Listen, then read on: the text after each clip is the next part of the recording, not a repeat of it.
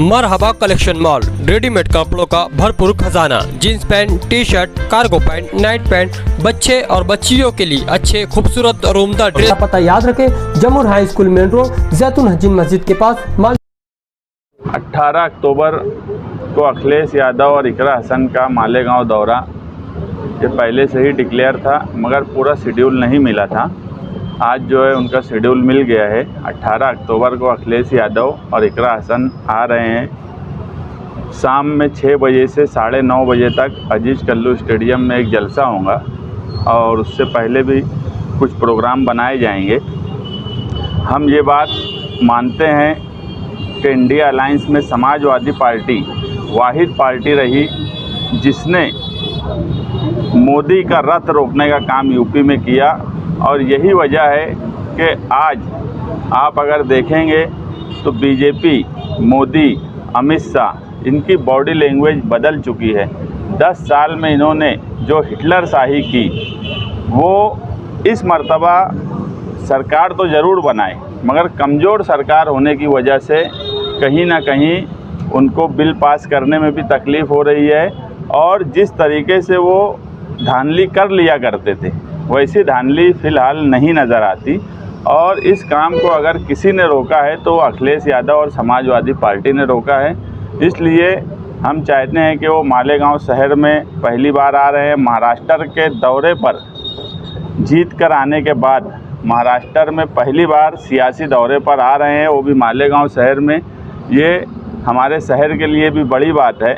और हम इस प्रोग्राम में इंडिया अलायंस की तमाम ही पार्टियों को बुलाने वाले हैं कि इंडिया अलायंस की जो पार्टियां हैं, जो जिम्मेदार हैं मालेगांव शहर में, और दूसरी तरफ भी अगर सोबत आई बच्चाओं member of parliament India alliance से चुन के आई और उनकी जीत में सबसे अहम रोल मालेगांव शहर ने अदा किया, तो उनको भी बुलाएंगे।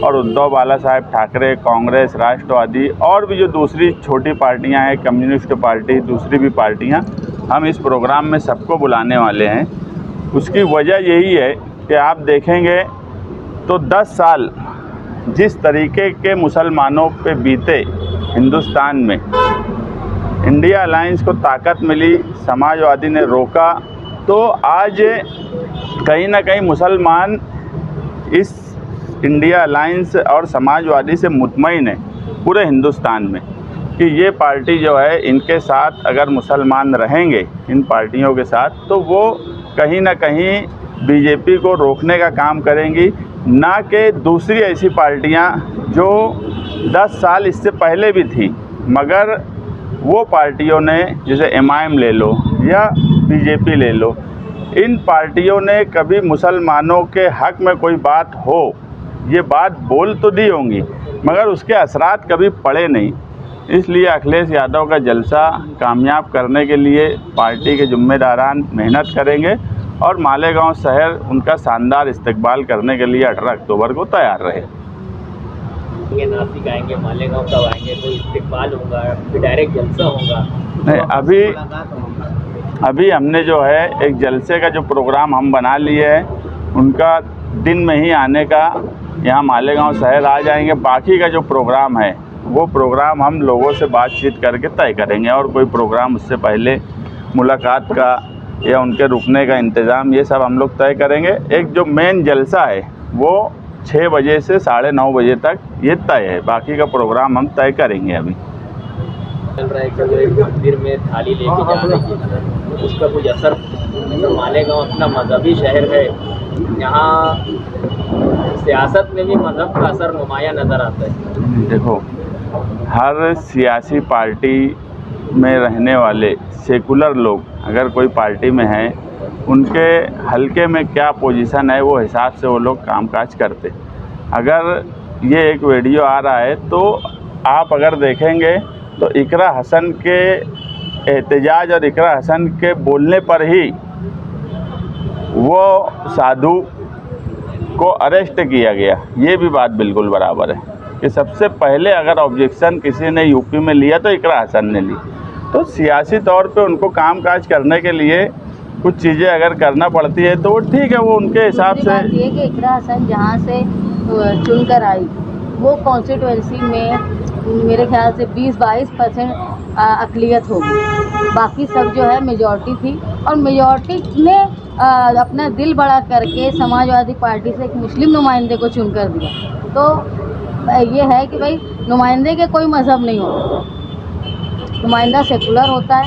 वो उन्होंने जो किया, इससे पहले भी वो आने वाले थे मालेगांव, आप इस तरह से कोशिश की तैयारी कर रहे हैं, लेकिन वक्त पर वो कैंसिल। अभी इस तरह कुछ फेरबदल तो नहीं? अभी देखो 1.5 महीना पहले उनकी 18 अक्टूबर तारीख मिल गई थी, मगर हम लोग यही बात बोले थे कि पिछली बार कहीं ना कहीं 9 अगस्त का प्रोग्राम डिले हुआ और उसकी कुछ वजूहात थी, लेकिन इस मर्तबा नहीं होना चाहिए। तो हम कल धुलिया भी गए थे अबू आसिम आज़मी साहब को यही बोलने के पूरा फाइनल शेड्यूल मिल जाएगा तो ही हम जलसे का और प्रोग्राम का ऐलान करेंगे। तो अभी उनका फाइनल शेड्यूल हुआ है, इसमें कोई चेंजेस होने के जैसे हालात नहीं दिखते। हम बोले कि लोगों से बातचीत करेंगे, हम एक कमेटी बनाएंगे जो शहर में दीनी समाजी तंजीमों से मिलेंगी और उसके बाद हम उनके पास मुतालबा रखेंगे। भाई ये 6:30 से 9:30 बजे तक, 6 से 9:30, 6 से 9:30 इसमें भीड़ इकट्ठा हो पाएगी? अक्सर लोग 9 बजे के बाद भी जलसा का पहुँचते, हम कर लेंगे। शाम में इकरा हसन जो भी करती है हिकमत अमली नहीं बोला मैं, हिकमत अमली नहीं बोला। उनकी वहाँ क्या पोजीशन है और वो उनको क्या सियासी मामला है वो समझ सकती। अगर जो है मुकामी असम्बली अपने हल्के को देख कर जमीयत से या मजलिस से कुछ करते हैं तो उस पर आपको एतराज़ क्यों? नहीं, क्या एतराज़ हम किस बात पे किए? बहुत सारी बातों पे आप अक्सर जमीयत के ताल्लुक से समाजवादी बोलते हैं। जमीयत के ताल्लुक से हम कभी नहीं बोले। बताओ मुझे एक बात, बताओ क्या? एक मिसाल बताओ कि हम जमीयत के ताल्लुक से बोले। कई मरतबा ये जमीयत के ताल्लुक से आपके कई वर्कर भी जो है व्हाट्सएप पर नहीं, देखो व्हाट्सएप वाली बात मैं नहीं करता। व्हाट्सएप पे कौन क्या बोलेगा, कब कौन क्या बोलेगा, ये कोई सियासी पार्टी के लीडर ना समझ सकते ना बोल सकते। पहले ऐसा था कि सोशल मीडिया का दौर नहीं था तो पार्टी का अपना एक तर्जुमान होता था। अब तमाम ही पार्टियों का ऐसा है कि उनके वर्कर और सोशल मीडिया पे सामने से कोई बात होती, उस पर वो कब कौन क्या लिख देंगे, तो उस पर मैं बात नहीं बोलूँगा। ऑफिशियली हम कभी जमीयत के बारे में कोई बात बोले ही नहीं। हाँ, एतराज़ अगर मजलिस के नुमाइंदे पे है तो ये है कि काम काज इस शहर में नहीं किए और एक मंत्री के सामने झुक जाते सिर्फ इस लालच में कि मुझे ये शिवसेना के एक जिम्मेदार कारपोरेटर थे, बाद में वो ओहदे पे भी रहे, वो बोले एक मर्तबा कि आमदार तुमचा आमदार काय आहे, त्यांना टेंडर मैनेज करून देतो आम्ही, ते गप बसते। मतलब ये कि वो सिर्फ टेंडर मैनेज कर देंगे 4-5 और ठेकेदारी उनको मिल जाए, इसलिए खामोश बैठते। इसलिए हमारा ऑब्जेक्शन है। जो लीडर इतनी डांडगई से ये बोले कि मैं महायुति के साथ रहा 2.5 साल, उसके बाद भी कोई कामकाज नहीं कर सके और फ़िरका परस्तों के साथ दिया, हम फ़िरका परस्तों का साथ देने पे हमारा ऑब्जेक्शन है। फ़िरका परस्त पार्टियों का साथ देने पे ऑब्जेक्शन है, वो तो ऑब्जेक्शन है हमारा और बराबर है। जमीयत का जलसा हुआ जुमा के रोज, जमीयत के जलसे में सियासी पार्टी के लिए वोट मांगी जा रही है, क्या ये मुनासिब है?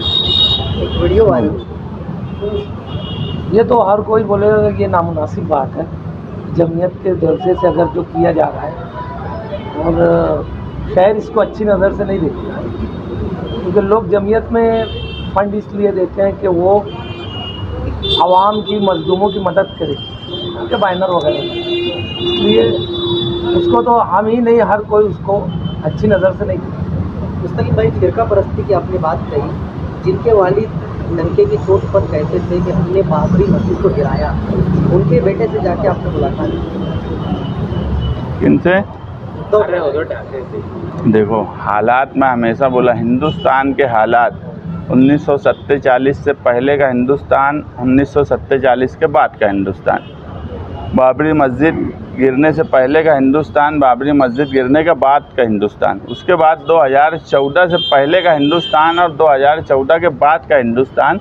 इसमें कहीं ना कहीं सियासी पार्टी और सब चीज़ों में चेंजेस आए, लोगों के सोचने में भी चेंजेस हुए हैं और आज उद्धव ठाकरे की पार्टी इंडिया अलायंस में है।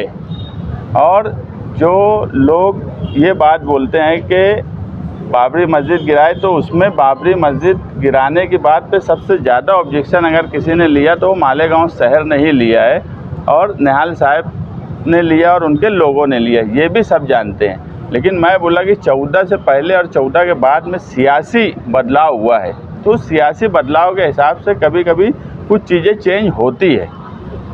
मतलब अभी वो फिरका परस्त नहीं, फिरका परस्त नहीं है।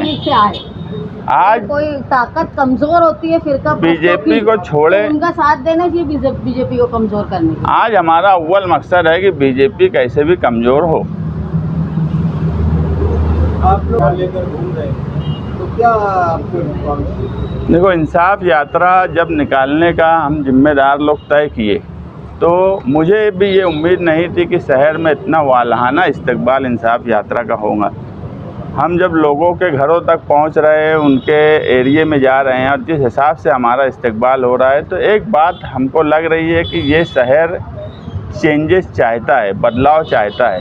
ये साबिक एमएलए और मौजूदा एमएलए 25 साल से इस शहर में दोनों अब एक दूसरे पे इल्ज़ाम लगाते हो, बोलते वो काम नहीं किए, वो बोलते वो काम नहीं किए। ये एक बात तो दोनों तस्लीम कर लिए कि काम नहीं किए, और काम नहीं करने का नतीजा ही ये शहर है कि आज भी 70% सड़कें मालेगांव शहर की ख़राब है, 60% गटर जो है वो ओवरफ्लो है। तो ये सब लोग कहीं ना कहीं जो बुनियादी सहूलत है, लोग आज बड़ी बड़ी चीज़ें सोच नहीं पाए कि कॉलेज, रोज़गार, तो ये कहीं ना कहीं बदलाव की तरफ शहर जा रहा है और बदलाव का ऑप्शन उनको शान हिंद के अंदर दिख रहा है कि यही है जो इस शहर में बदलाव लाएंगी। इसलिए हमको बहुत अच्छा उसका रिस्पांस मिल रहा है और ये यात्रा अभी हम 2 दिन और चलाएंगे, क्योंकि अब जलसे का हमारा फाइनल ऐलान हो गया है। तो 2 दिन यात्रा चलाने के बाद हम जलसे की तैयारी में लग जाएंगे।